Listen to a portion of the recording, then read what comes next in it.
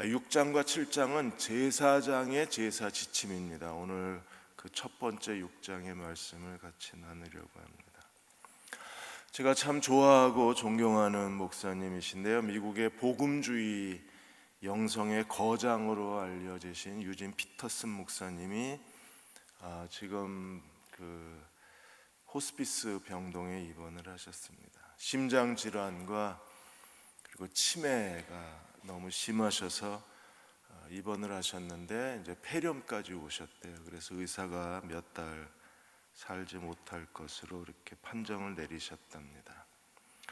아들이 아버지 유진 피터슨 목사님에게 이제 살 날이 얼마 남지 않았다고 말씀을 드렸더니 잠시 생각하더니 미소를 지으시면서 참 좋구나라고 대답을 하셨답니다. 얼마의 시간이 남았는지 모르겠지만 허락된 그 몇 개월 동안 아버지 곁에서 함께 편안하고 즐거운 시간을 보내겠다고 말씀을 드렸더니 고맙다고 인사를 하셨습니다. 유진 피터슨 목사님은 목회자의 목회자입니다. 그분의 책과 그분의 사상과 영성이 많은 목회자들을 일깨우고 목회자들을 올바로 인도하신 참 목자이셨습니다. 그분이 10년 넘게 심혈을 기울인 메시지 성경은 성경에 대한 놀라운 통찰을 우리에게 보여주기도 하셨습니다. 캐나다 밴쿠버의 리젠트 칼리지에서 영성신학을 가르치셨고 메릴랜드 장로교회에서 30년 동안 목회하면서 정말 많은 목사들에게 거룩한 자극과 그리고 도전을 주셨던 분이셨습니다. 이제 복음주의를 이끌어 가셨던 하늘의 별들이 하나씩 둘씩 사라져 갑니다. 빌리 그레이엄 목사님도 사라지셨고 이제 많은 목사들에게 큰 감동을 주셨던 유진 피터슨 목사님도 이제 저희 곁을 떠나게 됩니다.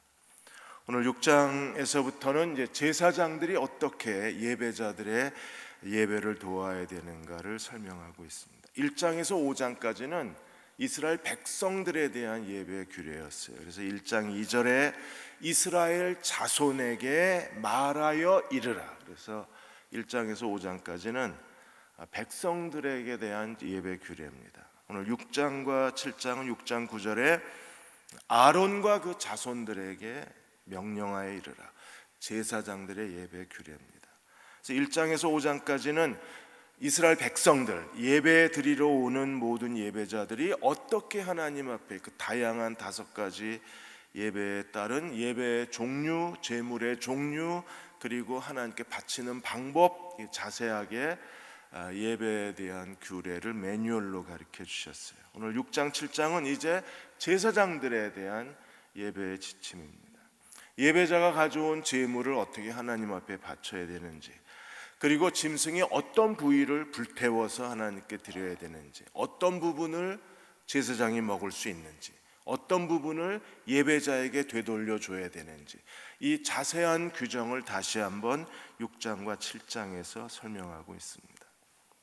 하나님의 구약의 제사를 명령하신 건 5가지 제사입니다. 이 5가지 5대 제사를 통해서 하나님께서 이스라엘 백성이 하나님을 따르게 하신 거예요. 5가지 제사를 통해서 이스라엘 백성으로 하여금 하나님께 나아가게 했습니다. 근데 5가지 제사 순서가 다릅니다. 1장에서 5장까지는 하나님 앞에 향기로운 냄새, 하나님이 향기로운 냄새로 받으시는 제사를 먼저 언급을 했어요. 그래서 번제, 소제, 화목제 순서로 가요. 이 3가지 제사는 하나님 앞에 음식을 태워서 드리는 그 음식을 드리는 제사입니다. 그리고 속죄제하고 속건제가 뒤에 있어요. 속죄제하고 속건제는 자주 드리는 제사가 아닙니다. 우리가 하나님 앞에 죄를 지었을 때나 또 어떤 허물이 있을 때, 우리 5장에서 본 것처럼 허물이 있을 때 드리는 제사가 속건제예요. 제사장의 예배 규정이 백성의 예배 규정과 다른 이유는 어디 있느냐 하면, 하나님이 제사장에게 드리는 예배 규정은 자주 드리는 예배 빈도수에 따라서 먼저 설명을 했습니다. 그래서 먼저 번제, 그리고 소제, 그리고 제사장 소제, 이렇게 설명이 되어 있어요. 그러니까 자주 드리는 예배를 먼저 가리키고, 그리고 불규칙적으로 어떤 일정한 때에 드리는 예배를 뒤에 설명을 했어요. 그래서 속죄제, 속건제, 화목제는 규칙적으로 드리는 예배가 아닙니다. 그래서 뒷부분에 가서 설명을 했습니다. 이 5가지 5대 제사야말로 그리스도가 우리를 위해서 어떻게 구원하셨는가, 그리스도의 죽음과 부활, 그리스도가 우리에게 은혜로 주신 것들을 깨닫게 하는 게 이 5가지 제사예요. 번제는 죄로 인하여 죽어야 할 인간을 대신하여 드리는 제사입니다. 그리스도가 십자가에 죽으심으로 우리를 대신하여 속죄 제사를 드리시고 그를 믿는 자들을 구원하신 것이 하나님의 사랑입니다. 속죄제는 짐승의 피로 성전의 모든 죄를 정결케 하셔서 하나님이 자기 백성 가운데 거주하시는 제사가 속죄제예요. 오늘 그리스도께서 십자가에 죽으시고 부활하심으로 말미암아 성령 안에서 우리가 하나님이 거하시는 그리스도의 몸의 거룩한 성전으로 지으심을 받았고, 우리 한 사람 한 사람이 걸어다니는 하나님의 성전이 됐어요. 우리도 매일 우리의 죄를 고백해야 합니다. 성전이 정결해야 우리가 하나님의 내주하심 안에 머물 수 있어요. 교회도 하나님의 성전입니다.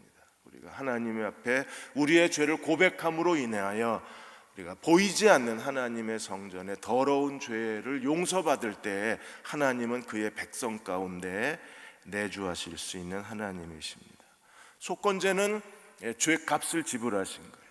죄값은 사망입니다. 그래서 그리스도가 십자가에서 우리를 대신하여 죄값을 지불하심으로, 사망의 값을 지불하심으로 죄로부터 우리를 해방하시고 우리를 하나님의 자녀로 삼아주셨어요.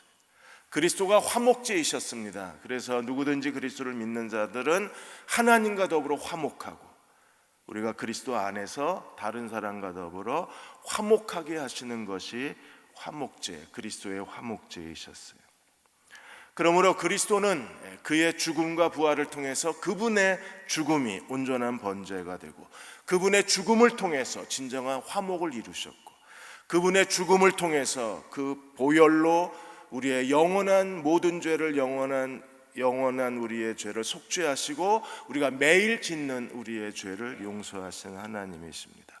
또 그분이 십자가에 죽으심으로 우리를 대신하여 속건제가 되셔서 우리의 모든 죄값을 대신 지불하시고 우리의 인생의 무거운 짐에 대한 보상을 주님이 이미 지불하셨기에 하나님은 우리에게 구원과 생명과 자유를 주시는 하나님이십니다. 그러므로 우리는 이 5대 제사를 통해서 그리스도로 말미암아 매일 하나님께 나아가서 더 성숙한 그리스도의 종들이 되어야만 합니다. 존 뉴턴이 노회상이었다가 회심하고 그리고 나 같은 죄인 살리신 이 찬송을 지었던 존 뉴턴이 그가 회심하고 난 이후에 항상 이런 말을 했습니다. 지금의 나는 내가 되고자 한 모습은 아니다.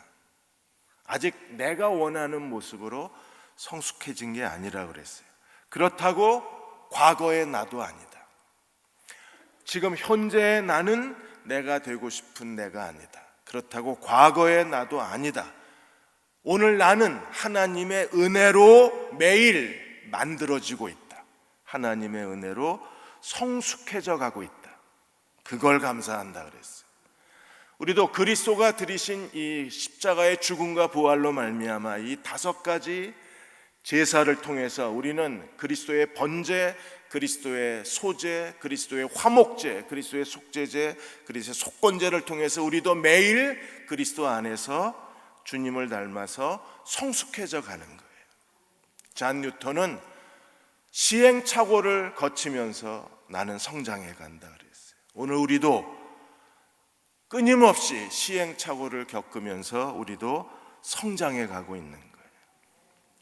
제사장들의 번제는 어떤 모습일까요? 오늘 6장 9절에서 13절까지 제사장 번제에 대해서 설명을 합니다. 6장 9절에 아론과 그 자손에게 명령하여 이르라 번제의 규례는 이러하니라. 그러니까 제사장이 지켜야 될 번제의 규례, 가장 중요한 게 뭘까요? 번제에서 제사장이 엄격하게 지켜야 할 규례는 뭘까요? 이 번제의 규례는 이러하니라. 번제물은 아침까지 제단 위에 있는 석쇠 위에 두고 제단의 불이 꺼지지 않게 하라. 제사장이 해야 될 일은요, 제단 불이 꺼지지 않게 하는. 그래서 12절에도 제단 위에 불은 항상 피워 꺼지지 않게 하라. 13절에도 불은 끊임없이 제단 위에 피워 꺼지지 않게 하라. 그러니까 번제의 규례에서 제사장들이 해야 될 가장 중요한 일은 제단 불이 꺼지지 않게 하는 것. 구약신학자 카이저가 말하기를 하루에 2번 번제를 드렸습니다. 아침 번제는 지난 밤 사이에 지은 죄를 고백하는 용서받는 제사요. 그 다음에 저녁 번제는 낮에 하루 종일 지은 죄를 용서받는 번제라 그랬어요. 그래서 저녁 번제를 드리고 이제 더 이상 번제가 없어요. 그 저녁 번제물을 석쇠 위에 두고 밤새도록 그 번제물을 태웠습니다. 그리고 아침이 되면 그 번제물과 함께 그 제단의 제를 옮겨야 돼요. 근데 제단의 제를 옮기는데 반드시 지켜야 될 규례가 10절 11절입니다 10절에 제사장은 세마포 긴 옷을 입고 세마포 속바지로 하체를 가리고, 그러니까 제사장이 하나님의 성전에서 하나님을 섬길 때 가장 중요한 게 뭐냐면 세마포 긴 옷을 입고 반드시 속바지를 입어야 돼요. 하체를 드러내면 제사장이 그 자리에서 즉사를 했어요. 그러니까 하나님 앞에 하체를 드러내면 안 돼요. 그래서 제사장이 이 긴 옷을 입고 속바지를 입고 밤새 번제물을 드렸잖아요. 그리고 제만 남았잖아요. 그러면 그 번제단에서 번제의 제를 가져다가 다 정리하고 제단 곁에 두고 다시 가서 옷을 갈아입었어요. 왜냐하면 하나님의 성전에서 하나님을 섬길 때 입는 옷을 가지고 돌아다니면 안 돼요. 왜 그렇습니까? 제사장의 옷은 하나님 섬길 때만 입는 옷입니다.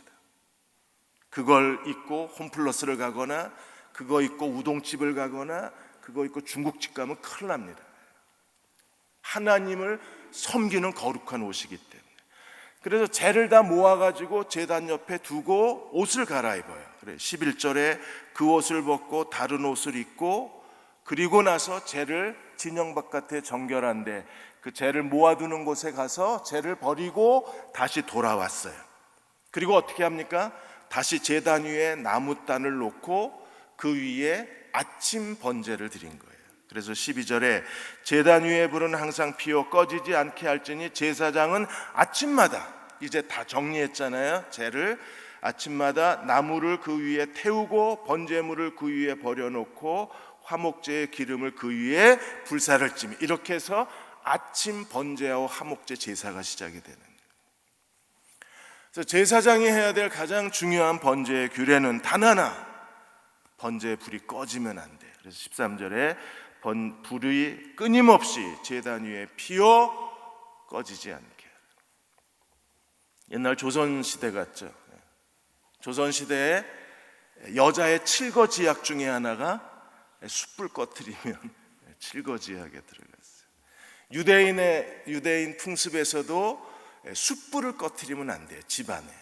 아프리카 부족들도 절대 집안에 숯불을 꺼트리면 안 됩니다.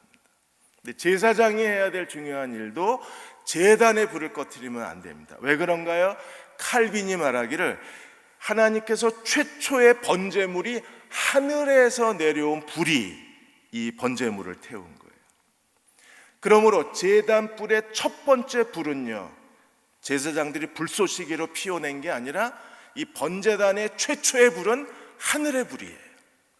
그러므로 계속 하늘의 불이 번제물을 태워야 돼요. 그러므로 이 불을 꺼트리면 하늘의 불을 꺼트리는 겁니다.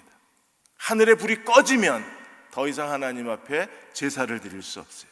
그래서 제사장들은 하늘의 불로 계속 제물을 태워서 하나님을 섬겨야 하기 때문에 절대로 불을 꺼트리면 안 됩니다. 그래서 24시간 번제단엔 불이 피워져 있어야 돼요.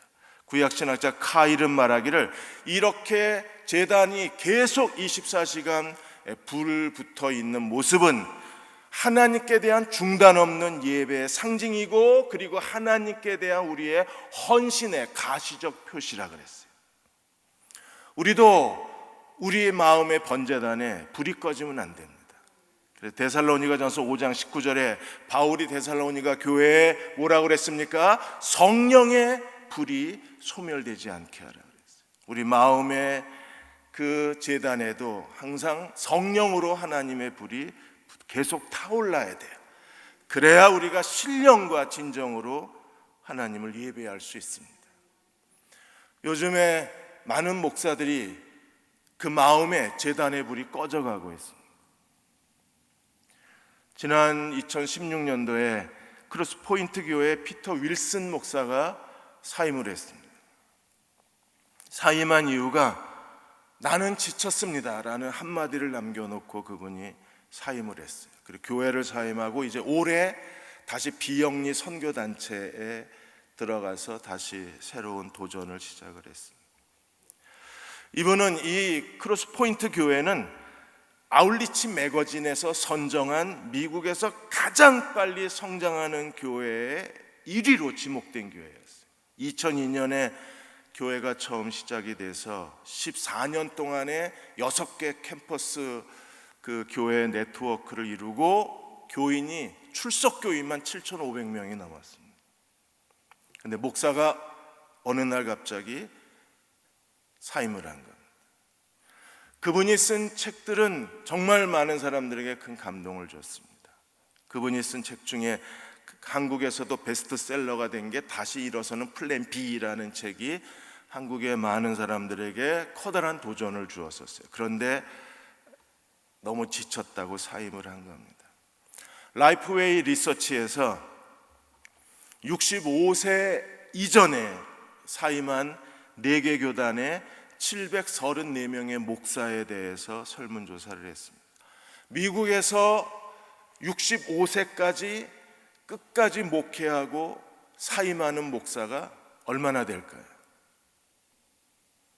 여러분 생각할 때는 미국이라는 나라에서 목사가 65세까지 끝까지 하나님의 부르신 사명을 감당하고 그만두는 목사가 100명 중 몇 명쯤 될까요?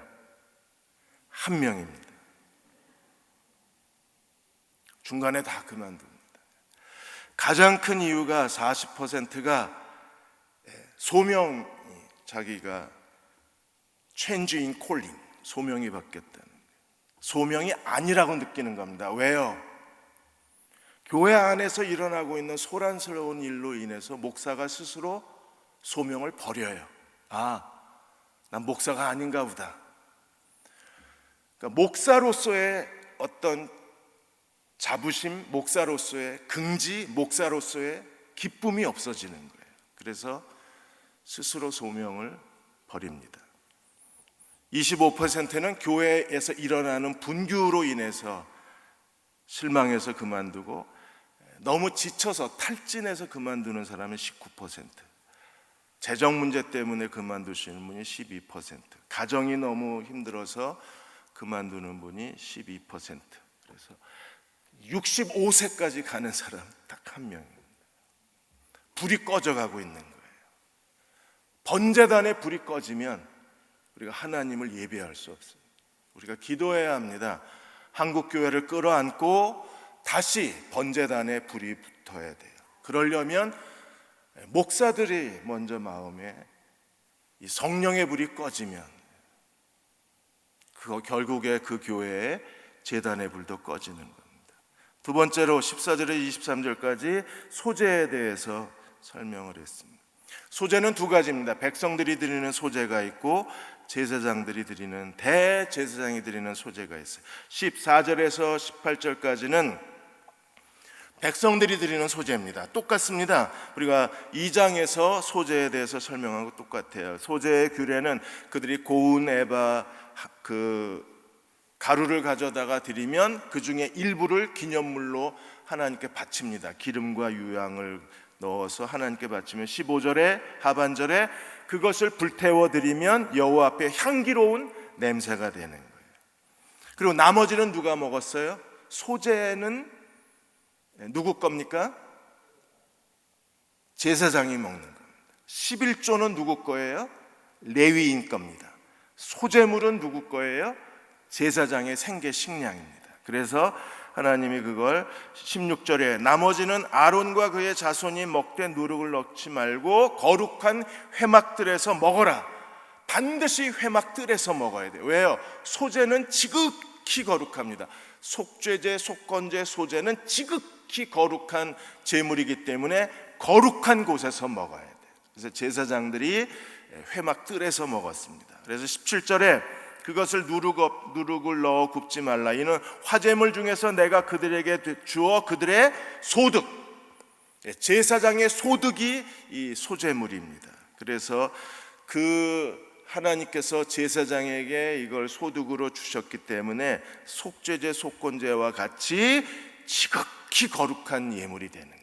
그러니까 하나님께 바친 걸 하나님이 도로 누구에게 주셨어요? 제사장에게 주고 제사장이 그걸 먹게 함으로, 그러므로 제사장이 먹는 게 누가 받으시는 행위가 되는 거예요? 하나님이 받으시는 제물을 누가 먹음으로 그걸 하나님께서 가식적으로 보여주셨습니까? 제사장이 먹는 게 하나님이 받으시는 게 되는 거예요. 그래서 18절에 아론 자손의 모든 남자는 모두 이걸 먹을지니, 남자만 먹을지니, 그래서 지금도 학자들이 이걸 해석을 합니다. 진짜 남자만 먹으면 여자는 다 굶냐? 그게 아니라 가족이 다 먹을 수 있습니다. 여호와의 화제물 중에 그들이 영원한 소득이 됩니다. 제사장 몫으로 하나님이 주셨고, 그 하나님께 제사장에게 준 것은 가장 거룩하다고 다시 한번 하나님이 선언을 하셨어요.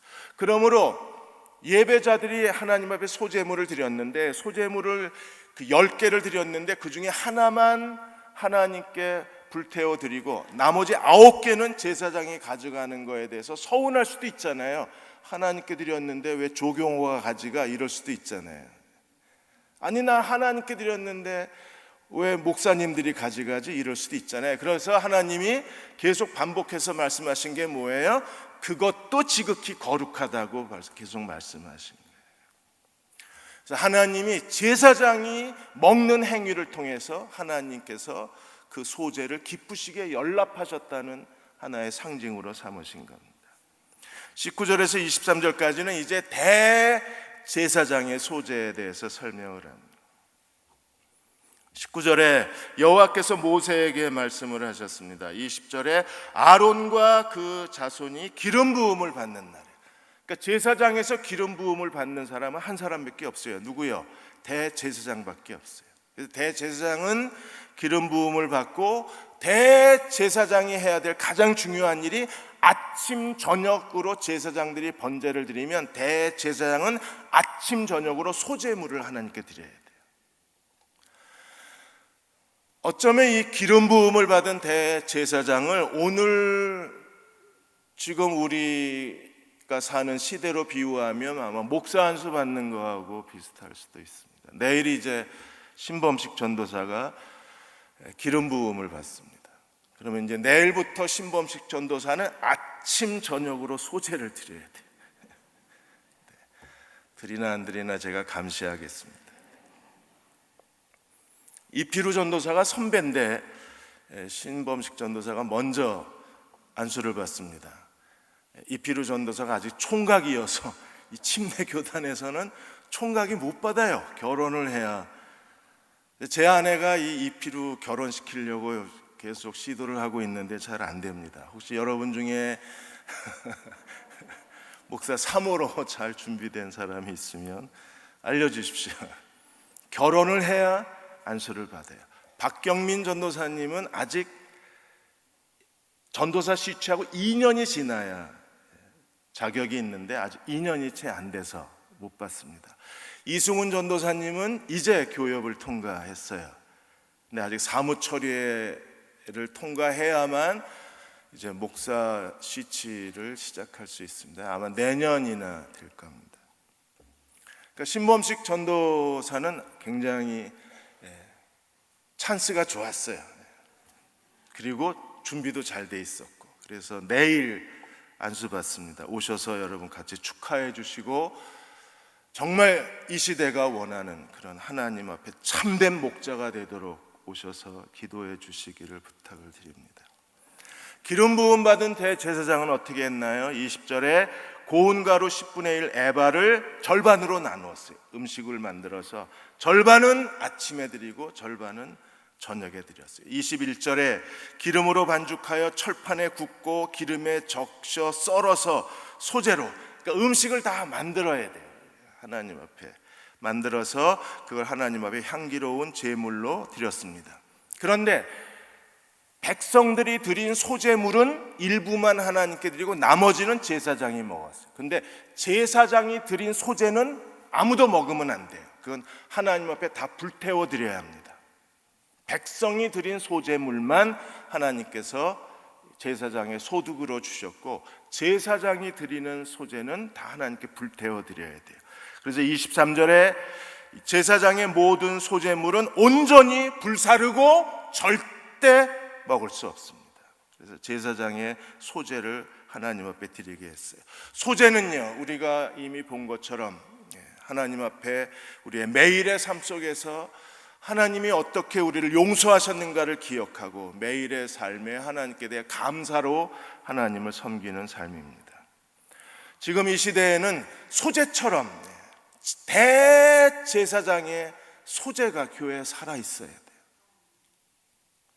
백성의 소제만 아니라 거기에 반드시 대제사장이 아침 저녁으로 드리는 소제가 있어야 비로소 하나님이 소제를 받으시는 거예요. 장로회 신학대학의 예배 설교학 교수인 김은영 목사님이, 그분이 미국의 한 그 목사님 이야기를 설교 때 하셨어요. 미국에 아주 열심히 그 목회하는 목사님이 계셔서 교회가 부흥하면서 교회가 굉장히 평안했습니다.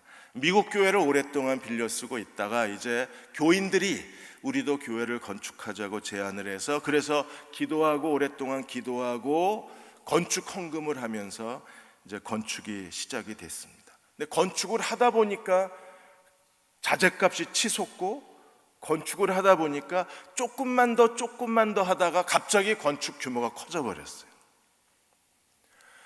교인들이 하는 헌금도 한계가 있고, 은행 융자도 이미 받을 건 다 받았기 때문에 은행 융자를 받을 길이 없는 거예요. 교인들이 계속 와서 기도하고, 목사님도 금식 기도하고, 이제 건축비 아끼겠다고 교인들이 시간만 나면 와서 몸으로 떼었는데, 교인들이 와서 몸으로 떼운 게 건축비에 무슨 큰 도움이 되겠어요. 이제 당장 보름 뒤에 52만 불, 한 6억의 돈을 마련하지 않으면 교회가 부도나게 생겼습니다. 그래서 교인들이 금식하고 기도하고, 목사님도 금식하고 기도를 했답니다. 그리고 며칠을 기도하다가 잠이 들었는데 꿈속에서 하나님이 말씀하시는 걸 이 목사님이 들으신 거예요. 목사님 뭐라고 그러셨느냐 하면, 내가 원하는 건 큰 건물이 아니다. 너다, 너. 난 널 원한다. 큰 건물이 아니다. 너는 내게 52만 불을 달라고 그러고, 너는 큰 예배당을 원하지만 나는 큰 예배당 필요 없다. 나는 네가 필요하다. 그래서 목사님이 거기서 완전히 깨져버렸습니다.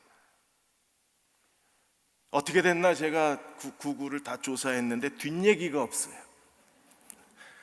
하나님이 주셨을까요? 아마 주셨을 거예요. 왜? 말씀하셨으니까. 내가 원하는 건 너다. 깨달았으니까 해결책을 주지 않으셨을까? 왜 그냥 내버려 두면 교회 부도나고 교회는 다 흩어져 버리는. 미국 사회에서 부도나면 그건 뭐 더 어디 가서 이미 기록이 남기 때문에 어디 가서 생존을 하기가 어렵거든요. 하나님이 주셨으리라고 생각을 합니다. 근데 중요한 거는 하나님이 너다. 내가 원하는 건 큰 건물도 아니고 어떤 프로그램도 아니고 나는 널 원한다. 하나님이 찾으시는 목사들이 이 시대에서 하나님께 드리는 소재가 되어야만 합니다. 마지막으로 24절에 30절까지 속죄제 이야기가 나와요. 속죄제도 하나님 앞에 거룩합니다. 그래서 25절에 아론과 그 아들들에게 말하여 이르라. 속죄제 규례는 이러하니라. 속죄제 제물은 지극히 거룩하니라. 그래서 하나님 앞에 지극히 거룩한 게 뭐예요? 속죄제, 소제, 속건제가 지극히 거룩합니다. 밀그람 구약신학자 밀그람은 이 속죄제에 대해서 이렇게 얘기했습니다. 제사장들이 하나님께 드린 제물을 먹는 게 얼마나 중요한가를 6장 7장에서 설명하고 있다는 거예요. 6장 7장에서 하나님이 제사장들에게 아주 자세하게 가르치는 게 뭐냐면, 이거는 불태우고, 이거는 네가 먹고, 이거는 예배자에게 주고, 이거는 나눠 먹어라, 제사장들끼리. 제사장의 먹는 거를 가르치는, 먹는 그 지침서가 6장 7장인 거예요. 제사장이 먹는다 그 자체가 하나님이 그 예배를 기쁘시게 받으셨다 그 뜻이라는 거예요. 그래서 계속 먹는 거에 대한 강조가 나온다고 했습니다. 제일 먼저 이 속죄제를 드릴 때 어떻게 해야 되나요? 번제물 잡는 곳에 가서 제물을 잡고, 26절에 죄를 위하여 제사 드리는 제사장은 반드시 그 속죄 제물을 먹어야 돼요. 그래야 속죄가 이루어집니다. 어디서 먹습니까? 식사 장소는 정해져 있습니다. 어디서 먹어요? 회막 뜰에서, 성막의 그 뜰에서 먹어야 됩니다. 이게 얼마나 거룩하냐 하면 이 속죄제 고기와 피가, 그래서 27절 28절에 보시면 고기가 닿는 것마다 다 거룩해지는 거예요. 거룩은 전염이 안 됩니다. 우리가 율법에 보면 부정은 전염이 되지만 거룩은 전염이 안 돼요. 그런데 이 속죄제 하나님 앞에 드려진 이 고기는 닿는 것마다 그걸 반드시 씻어야만 됩니다. 그래서 모든 자는 다, 고기를 만지는 자는 다 거룩해요. 무슨 뜻입니까? 아무나 먹지 말라는 거예요. 누구만 먹어요? 제사장만 먹어야 돼요. 제사장하고 친하다가 옆집에 산다고 와서 덥석 먹으면 안 돼요. 왜? 그 고기는 거룩해지기 때문에. 아무나 못 먹고 아무리 친해도 나눠줄 수가 없는 거예요. 하나님께 드린 제물은 제사장만 먹어야 돼요. 그리고 피가 옷에 묻으면 반드시 거룩한 곳에서 피를 지워야 돼요. 왜? 이건 속죄의 피이기 때문에. 그리고 28절에 고기를 토기에 삶았으면 이 토기에 고기가 다 스며들잖아요. 그래서 토기는 깨트려 버려요. 깨트려 버리고, 그 다음에 육이 녹그릇에 삶았으면 깨끗이 물로 씻었어요. 하나님이 굉장히 자세하게 규례하셔서 하나님께 바친 고기는 그 국물이라도 그릇에 남지 않게 하신 거예요. 국물이 스며든 고기는 다 깨트려 버리고, 국물이 스며들지 않는 고기는 완전히 깨끗이 설거지해서 정결케 하라고 주님 말씀하셨습니다. 그렇게 하고 29절에 제사장 남자는 모두 그것을 먹을지니 지극히 거룩하니라. 거룩한 제사장만이 이 거룩한 제물을 먹을 수 있습니다. 그런데 먹지 못하는 게 있어요. 우리가 4장에서 제사장이 하나님 앞에 드린 속죄 제물, 송아지는, 숫소는 그 피를 가지고 성소 안까지 갖고 들어갔잖아요. 성소 다 잊어버리셨어요? 표정이 여기서 보면 다 보여요. 얼굴이 잊어버리셨구나. 그래서 신약 시내에 산 거 감사하라고 그랬잖아요. 구약에 살았으면 이거 다 알고 살아야 돼요.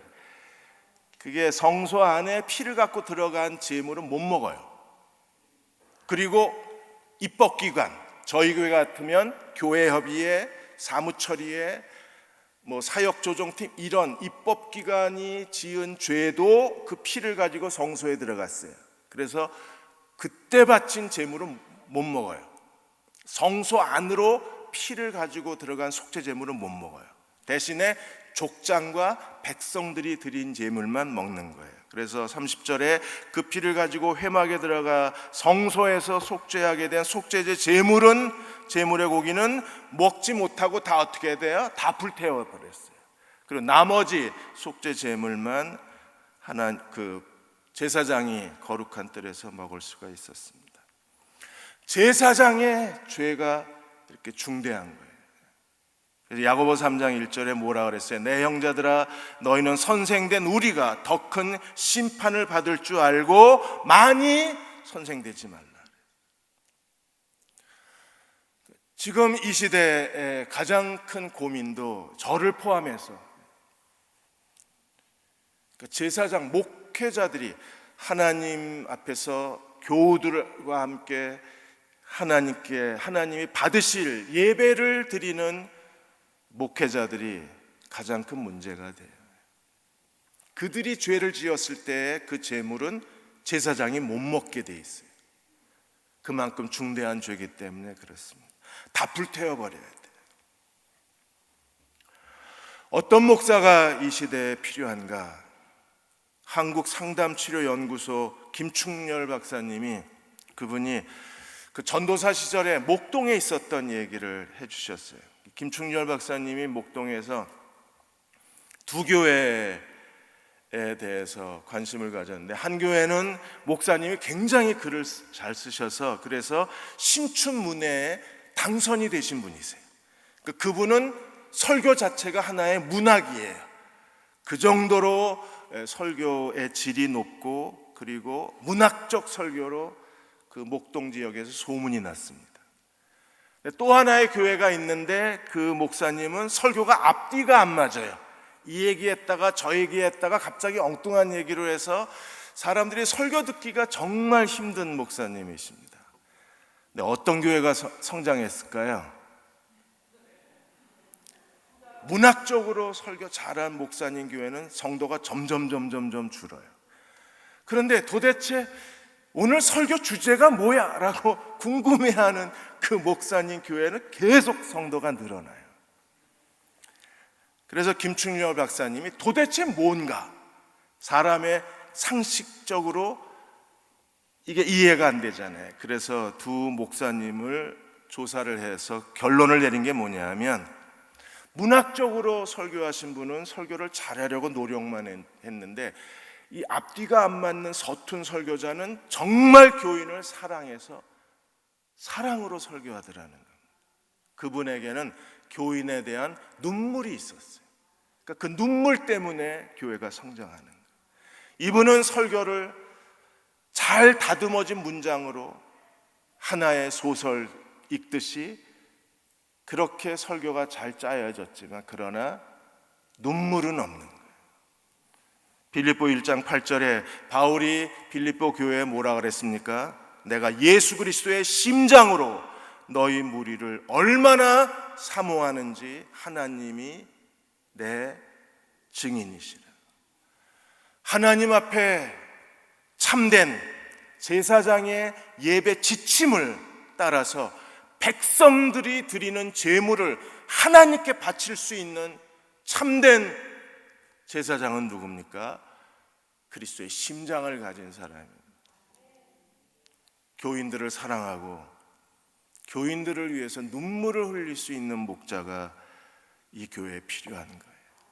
사랑으로 목회할 수 있는 목회자들이 하나님 앞에 더 견고히 세워지도록 기도하시는 저와 여러분 되시기를 주의 이름으로 기원합니다. 지금 기도하겠습니다.